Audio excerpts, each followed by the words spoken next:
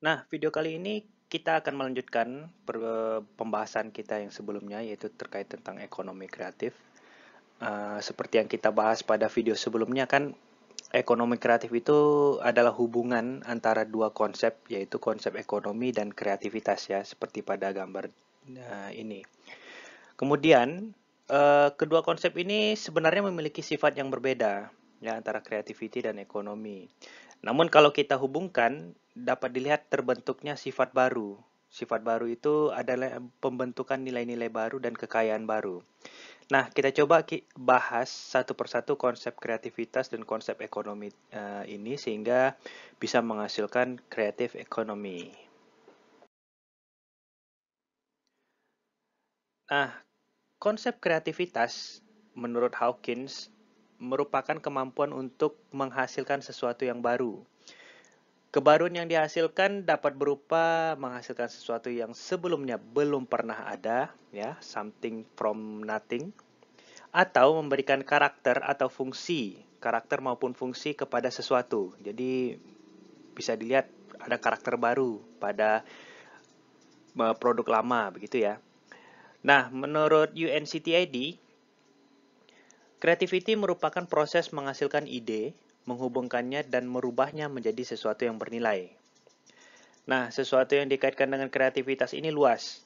Anda bisa kreatif membuat puisi, membuat lagu, membuat konten pembelajaran di sekolah bagi calon guru gitu ya. Membuat kursi atau furniture menarik lainnya, atau membuat animasi. Nah, pada saat Anda mampu mentransformasi ide menjadi sesuatu yang bernilai, maka Anda mempunyai kreativitas, yaitu daya untuk berkreasi.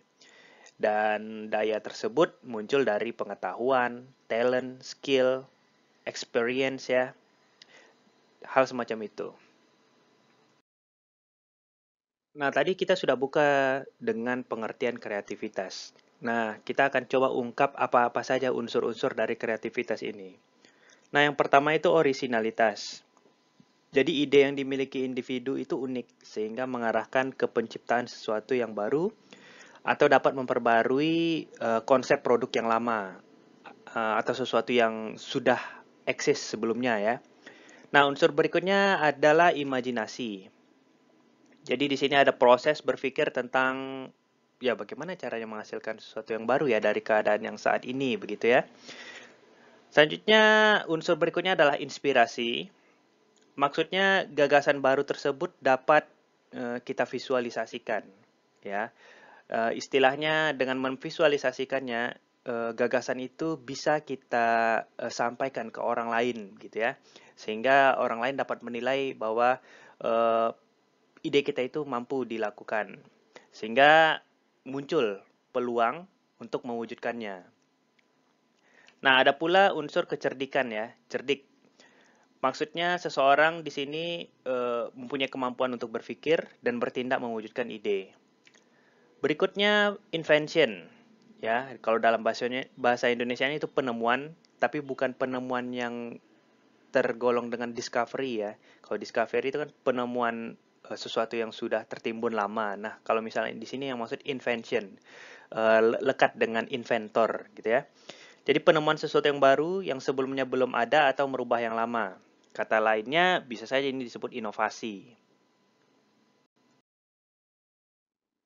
Nah, kemudian kita lanjutkan dengan konsep dari ekonomi. Ekonomi yang merupakan konsep dari ekonomi kreatif ya. Uh, Ekonomi secara konvensional bisa didefinisikan sebagai sistem untuk memproduksi, pertukaran, atau konsumsi barang dan jasa. Nah, ekonomi dapat dikatakan memuaskan keinginan yang tidak terbatas dengan sumber daya yang terbatas. Di sini dapat dilihat bagaimana ekonomi seharusnya itu mengalokasikan sumber daya yang langka ya, scarce resources. Kemudian menghasilkan ide itu tidak terbatas ya. Contohnya ide bisnis, desain pakaian, mahakarya lagu, naskah drama dan lain-lainnya itu limitless ya, tidak terbatas. Itu dapat bermunculan oleh individu atau pelaku-pelaku yang bergerak di ekonomi kreatif. Nah, berbeda dengan sifat dari produksi barang ataupun jasa yang biasanya ini terbatas wujudnya ya. Jadi pada ekonomi konvensional versus ekonomi kreatif, inputnya itu adalah ide kalau di ekonomi kreatif, sementara ekonomi konvensional itu ngomongin tentang sumber daya yang langka ya. Jadi dapat kita lihat di sini sifat ekonomi terkait tentang scarcity atau kelangkaan akan ide dan juga barang yang dihasilkan dari ekonomi konvensional itu berbeda. Nah, tadi kita lihat perbedaan antara ekonomi konvensional dan juga bagaimana perbedaannya dengan ekonomi kreatif. Nah, di sini kita lihat ternyata proses yang dilakukan si kreativitas atau kreatif ya, untuk menjadi kreatif itu berbeda dalam proses memproduksi barang pada saat di ekonomi konvensional. Nah, Hawkins mengungkapkan ada 5 tahap dalam proses kreatif, yaitu RIDER singkatannya, merupakan singkatan dari review, incubations, dreams, excitement, dan reality check. Nah, pertama, review. Ini merupakan perbuatan mengidentifikasi dan meninjau, meninjau observasi lingkungan sekitar kita, sehingga kita bisa menemukan peluang untuk berkontribusi menyelesaikan masalah atau kelangkaan yang ada. Kemudian tahap kedua setelah kita mereview, itu kita masuk ke incubations. Di sini istilahnya kita merenung ya, dan memikirkan sumber daya yang dimiliki atau yang dapat kita akses pada saat itu, sehingga nanti bermunculanlah dreams. Ya, dreams ini ibaratnya ide-ide dan gagasan yang kira-kira bisa menyelesaikan masalah yang sudah kita renungkan tadi, gitu ya. Berikutnya excitement. Ya, di sini adalah terjadi momentum di mana seseorang itu bisa menyadari ada kemampuan ia untuk mewujudkan ide. Hal ini dipicu oleh ide yang dihasilkan sebelumnya pada proses sebelumnya ya, pada proses incubation, punya peluang besar setelah menyadari sumber daya yang dibutuhkan itu ternyata tersedia. Dan akhirnya proses berikutnya adalah reality check. Memastikan ide tersebut dapat diwujudkan dengan memanfaatkan sumber daya yang ada. Jadi di sini kita akan membangun prosesnya seperti apa, metode yang akan dilakukan seperti apa. Sehingga inilah proses yang ditawarkan atau propose oleh Hawkins ya, yaitu rider. Nah, tadi proses kreatif. Sekarang kita beranjak dengan memasukkan nilai ekonominya. Oke, seperti apa sih proses kreativitas yang bernilai ekonomi? Tentunya nanti di proses ini adanya proses transformasi hasil berpikir menjadi nilai tambah, di mana nanti yang menjadi input adalah ide, inspirasi, gagasan, terus ditransform ya dengan beberapa kegiatan. Bisa saja itu adaptasi, pengembangan, difusi, dan penciptaan ya, yang ini. Yang pada akhirnya nanti akan menghasilkan sesuatu yang baru, sesuatu yang berguna, dan menawarkan kemudahan gitu ya. Nah, ini akan mendorong kita untuk menghasilkan kreativitas ekonomi, di mana kreativitas ekonomi ini ada 3 konsep utama, ya, yaitu menghasilkan sesuatu yang tidak ada sebelumnya, seperti dahulu inventor menciptakan electric light ya, Thomas Alva Edison. Dulu sebelumnya kan belum ada lampu yang bertenaga listrik ya. Kemudian yang kedua berkolaborasi menghasilkan sesuatu yang lama dengan cara-cara yang baru. Contohnya itu perusahaan Ford memproduksi mobil dengan metode baru pada revolusi industri 2.0 ya, yaitu dia memakai assembly line sehingga produk mobil Ford pada abad ya 19 itu ya itu sudah bisa kompetitif. Dan konsep ketiga yaitu kreativitas ekonomi menciptakan sesuatu yang lebih sederhana atau bahkan lebih baik. Contoh perusahaan yang memproduksi tas misalnya, tas dengan desain yang lebih fungsional. Atau contoh lainnya sepeda yang dapat dilipat sehingga menghemat space penyimpanan. Kita tahu dulunya sepeda sudah ada, tas juga sudah ada. Tapi dengan desain yang kreatif, ternyata bisa fungsional, bisa memudahkan, ya.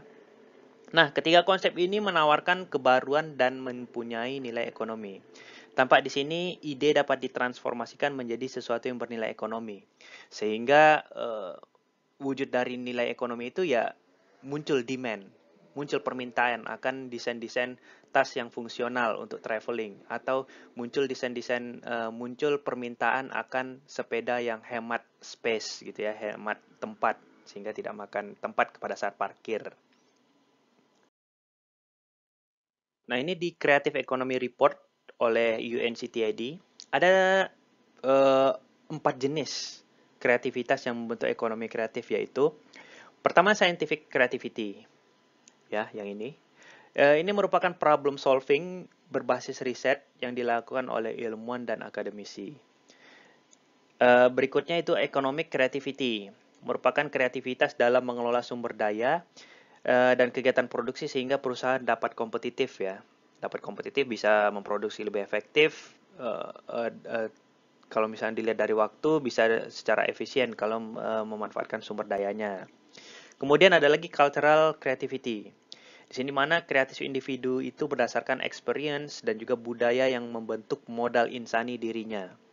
Ya, nanti akan kita lihat bedanya bagaimana kreativitas di Bali dengan di Aceh itu berbeda. Karena dari turun-temurun mereka punya knowledge yang secara turun-temurun, secara generasi ke generasi berpindah ya. Sehingga muncul budaya-budaya tarian yang berbeda sekali antara Bali dengan Aceh. Lalu ada lagi technological creativity, di mana di sini adalah kreativitas yang menciptakan atau memanfaatkan teknologi. Teknologi ini juga dihasilkan ya, menghasilkan proses sumber daya ataupun bahkan produk baru. Nah, keempat jenis kreativitas tersebut saling terkait seperti pada gambar berikut. Nah, ini kalau misalnya kita bisa ceritakan, scientific creativity mampu menyelesaikan permasalahan dari sisi pengembangan ilmu pengetahuan. Ya, permasalahan tersebut tentunya dialami pada area yang juga memiliki budaya ya, memiliki budaya secara turun-temurun tadi. Dari budaya yang diwariskan turun-temurun, memberikan informasi kepada akademik ya, untuk menyelesaikan permasalahan. Jadi scientific akademik ya, akademik belajar dari cultural juga memberikan informasi. Jadi mereka juga bersama-sama berkolaborasi sehingga menghasilkan sesuatu untuk problem solving ya, untuk menyelesaikan masalah. Nah, hasil dari kreativitas saintifik sebaliknya juga memberi ilmu baru yang dapat digunakan oleh lokal. Nah, nanti akan menjadi budaya baru, terbentuklah peradaban baru lagi. Ini sudah kita bahas ya di 2 pertemuan sebelumnya. Nah, scientific dan cultural creativity ya, berdua ini terkait dengan kreativitas ekonomi dalam hal peluang berkreasi untuk mengelola sumber daya menjadi produk yang kompetitif. Dia juga akan saling mensupport dengan ekonomi creativity. Nah, di antara ketiga kreativitas ini, ada peran kreativitas teknologi yang memungkinkan output ketiganya memiliki nilai tambah di ekonomi kreatif. Langsung saja ke slide berikutnya kita akan lihat contohnya. Nah, seperti apa wujudnya bila kreativitas tersebut menghasilkan nilai ekonomi?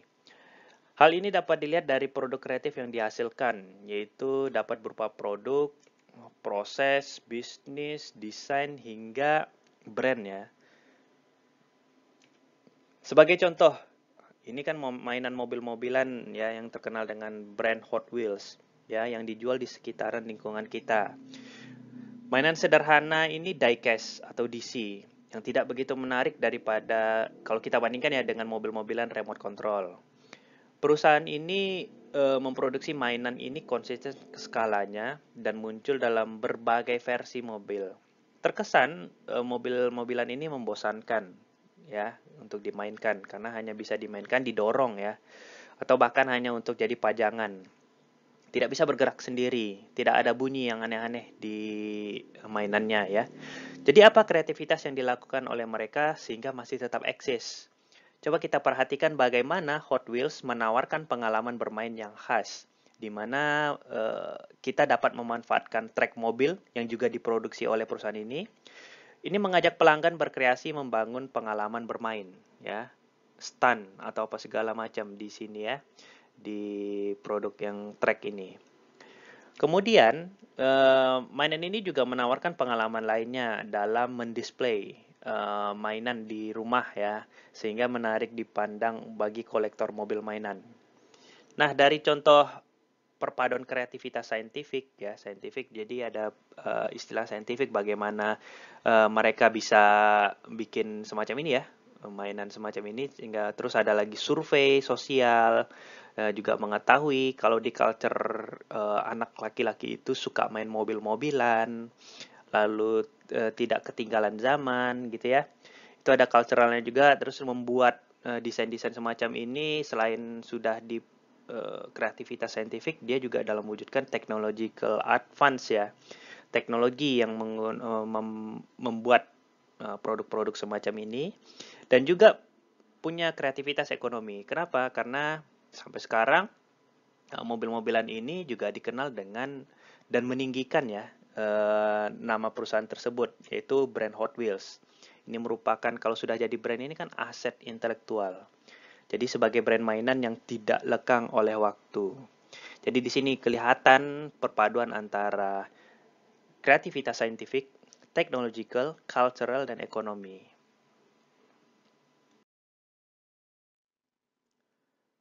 Oke, sebagai penutup dapat disimpulkan ekonomi kreatif merupakan sifat yang kemudian luasnya hubungan antara konsep kreativitas dan ekonomi bisa kita lihat di ekonomi kreatif, sehingga nampak bisa kita gambarkan bagaimana keduanya ini dapat menciptakan nilai tambah dan kemapanan ya. Kemudian dapat kita ketahui bahwa sifat ekonomi dari ide yang muncul dari ekonomi kreatif dan juga barang yang muncul dari ekonomi konvensional itu berbeda. Proses kreativitas ekonomi mengubah ide menjadi nilai tambah. Nilai tambah itu dalam bentuk kebaruan, utilitas, dan kenyamanan. Kemudian yang keempat, jenis-jenis kreativitas yang membentuk ekonomi kreatif itu ada kreativitas saintifik, ekonomi, cultural, dan juga teknologi. Terakhir, hasilnya ya, yaitu creative products. Merupakan barang dan jasa yang memiliki nilai ekonomis ya, yang dihasilkan dari kreativitas.